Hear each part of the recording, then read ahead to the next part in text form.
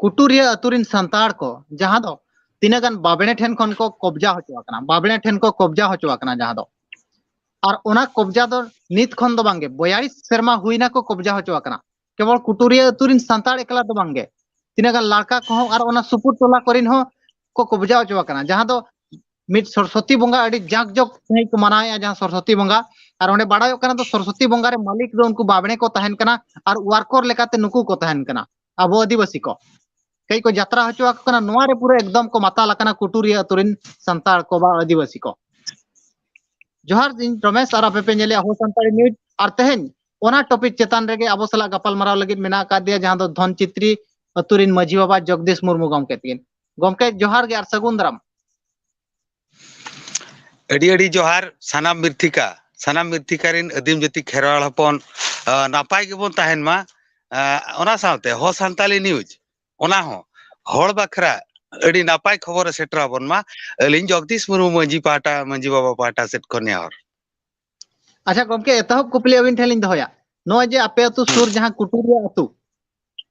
अतु रे अड़ी जागजक सरस्वती बंगा पे मनाव किया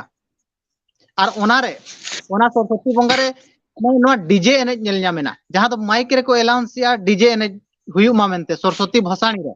और मिटंग ओना जो डीजे एने भितर रे नो जो ठेला पेला भितर रे तिनंगान वीडियो वायरल कना जहां रे दो कुड़ी गिद्रा को को ठेला पेलायत को ओना वीडियो भितर रे बारिया कुड़ी गिद्रा किन हंते नाते कना चेट बिन मेना नोंका हुयु कना नेल बिन बाबू आले अतुर खन दो ओना धनचित्री अतु खन दो ओना जगह दो 2 किलोमीटर झेला ओना 2 किलोमीटर झेल ओना दोले मेता कुटुरिया कमारटोला ले मेता पहिल खन के जेहेतु इन्हो बइन बड़ाय ताहेन पहिल मा सरस्वती बो बंगाय के ताहेन इन्हो बइन बड़ाया बंगा हुयु के जेहेतु नितो बड़ाय ना अबो दो सरस्वती बंगा दो अबो दे बांग कना एनखा दो ओना को बड़ाय ना नोआ को दो डीजे एने जो खराब गया एनखान दो जेते बेले ओना अतुरिनी मांझी बाबा जहाना धनु हेमरम उनी दो मांझी कना आज के निजे घटो दीपिला मांग खनि मानायत को ताहेन गे बाबन बंगाया सरस्वती दो बाबन बंगाया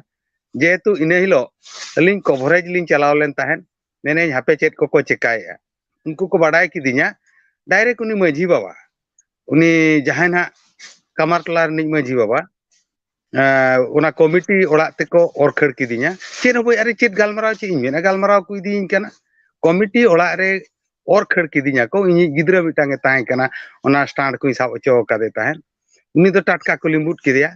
इन दो उनी मांझी बाबा जहां कमारटला नि मांझी बाबा धनु हेमरम जजम पठारे चेटा किदिया जदि जजम पठारे चेटा आकादिया एनखा दो ओका तीते चेटा आकादिया लेंगा तीते इन्या जजम पाटा दो नोआ कना आज लेंगा तीते चेटा आकादिया होय तामन लेंगा तीते जजम पाटारे चेटा किदिया मिताय कनी बाबू चेटा किदिन दो थीरेना अड़ी घड़ी के थीरेना गालमारा हो बांगा चेन हो बांगा को मको सांगे होड़ा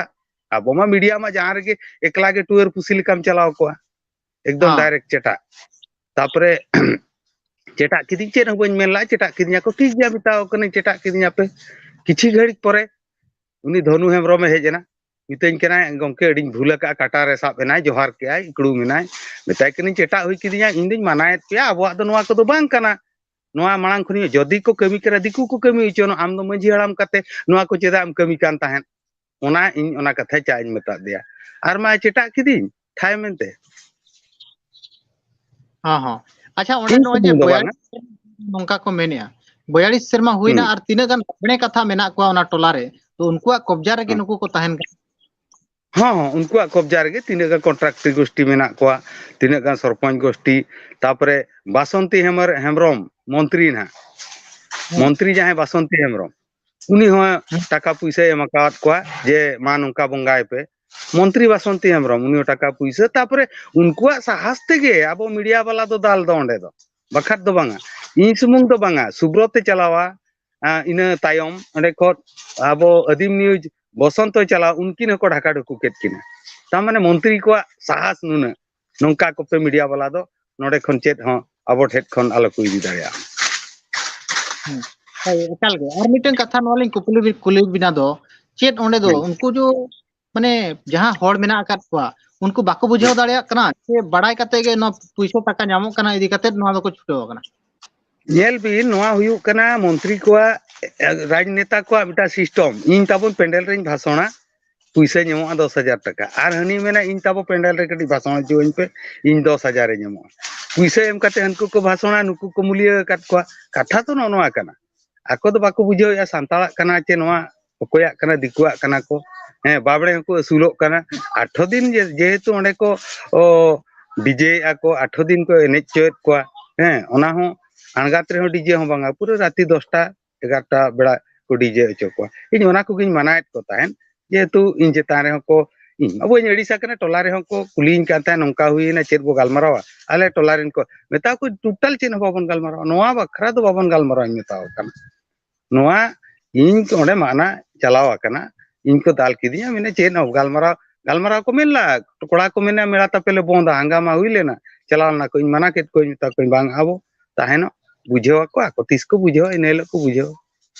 तापरे मीडिया वाला मा अब मा जहां तीसो मीडिया सहाव काते गोटा के को ओकारे दो चेबी कठी रे केत में भुवनेश्वर रे हाने सालखानते को ढाका ढुकु की नो मा सहाव काते अब तो मीडिया काइलो होय तो को गोज दाड़े आबोना होय तो को कुटम गोज दाड़े आबोना ओना रे दुख दो चेर बागा दाल के बन को तोल के बन को लाई रे को तोल बोना बहो लेबेट बोना काटा रे को लेबेट बोना आलांग मा तीस बा को लेबेट दाड़े आबोना मीडिया पारसन दो होय बांग आर मिटंग नोआ लिन मेने आलिन दो चेत ओंडे दो माने हर को ब्राह्मणी बात ते को बदल चाबा उतर कना पूरे को बदल चाबा कना बा को अंडर रे के मेना को अच्छा आर मिट कथा नोडे लय दो का दो सनम नेनेलिया हर ठन जहां जुदी आदिवासी आजा उपरुम आजे बगिया एटा होड़ा उपरुमे अपनारे आजा संस्कृति परंपरा बोंगा बुरु को चे आजा जहां अलग स्वतंत्रता मिटंग उपरुम जहां मेना नोआ उपरुम जुदी बगिया मेनखान दो 342 धारा 2 इदी काते आज दो एसटी खन को हटाव दाड़ेया मेनते मेनखान नोआ को बड़ाय काते रे हर बांग को बुझाव दाड़ेया कना दो हुए तो आले एसटी खन को आतम लिया चा एसटी रे जहां को हिसाबे लिया नोआ खन को आतम लिया नोआ हा को बांग को बुझाव दाड़ेया कना तो आले को आतम दाड़ेया लिया मेनते तो नोआ को इदी काते आरहं के बको पालमारा अच्छा गमके आर मिट कुपली अबिन ठेलिन दोया तो नो जे 42 शर्मा हुईना हां जे 42 शर्मा नंका को खटाव हिजु कना आको मूल्य काते नेल बिन ओंडे मंजी माडवा पेंडल रे दुरुप काते को भाषणया मंजी माडवा रे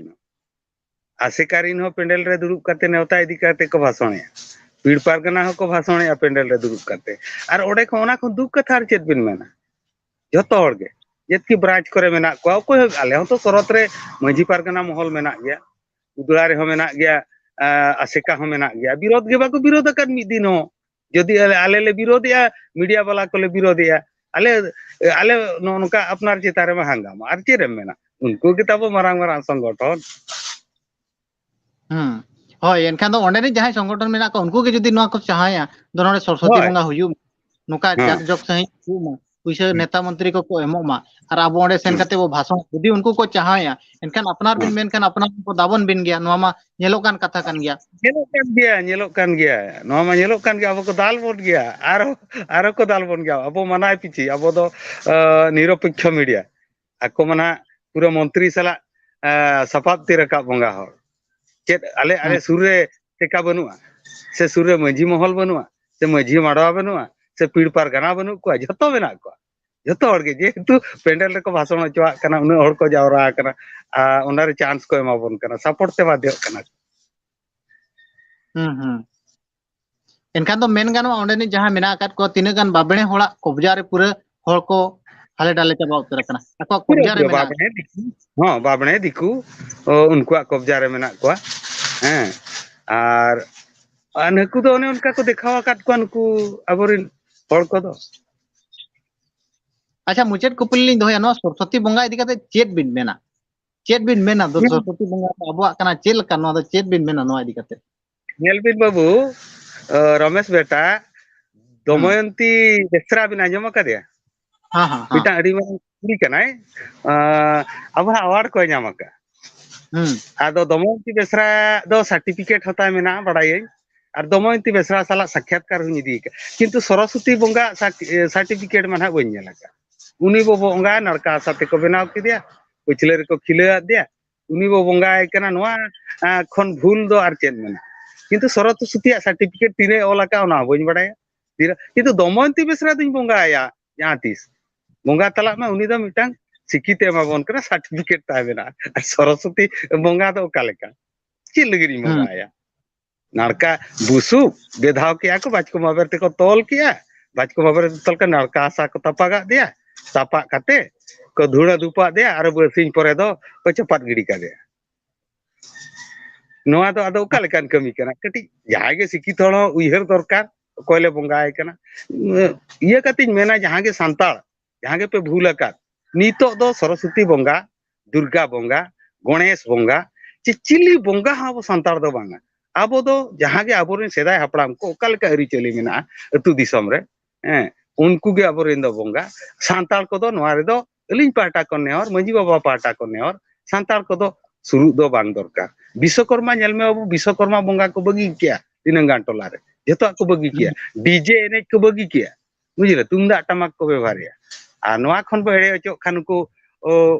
बासंती हेमरम मंत्री एमान में पुइसा मा बो डीजे मा बो नंकाया उनकाते दो बो जति को चाबा गदो ताबोना एकाल के नोआ दो अब उपुरुम के चाबा कना और अब उपुरुम जहां ठेन बनुआ नोआ मा 342 धारा 2 माने धारा 342 2 अनुଯାयी अब एसटी खन को ओडक दाड़िया बोना अब नुका दो अस्तित्व के बनु नुका मिटेंग उपुरुम के बनु मेन कते अब ओडक को दाड़िया बोना नोआ कथा को बुझेव नामे आचे बुझेव नामे आबोरेन जहां को ओना स्टेज रे को दुड़ुब कना बेन लैया जहां पीड़ पारगना को जे जहां संगठन को ओंडे सेन कते को दुड़ुब कना समाज संगठन को ओना को दो नोआ को बुझेव दाड़िया कना कि बाको बुझेव दाड़िया कना मेनखान अडी लगन तेना एसटी लिस्ट खन दो को ओडक बन लेका हो बुझेव कना तो अडी सरहाव गमके ऑक्टो बिन एम किया मेनते हैं अड़ी सरहाव नोका गे जीवित गे जियड़ गे तहन मा हो संताली न्यूज और दिसम पेड़ा को नेहर पेया अब दो निट भूर दो सैटेलाइट दो बनु ताबोना सांताला परफेक्ट सैटेलाइट दो जेतकी मेना गा दिकुआ गे आपे पे दुलड़ा पे यूट्यूब चैनल वेब चैनल नोआ गे दुलड़ा पे नोआ तेगे सावता बो पारमोआ नोआ तेगे बो उपकरोआ और नोआ तेगे बो जुमिदोआ सनाम मिर्तिका को नेहर पेया नोआ चैनल सब्सक्राइब पे बारंबार लाइक पे और जतन रे बो दोया जियड़ रे बो दोया नोआ गे अब आगाम डहार सनाम को गे जोहार जोहार जोहार पुचेरे सनाम को जोहार जोहार।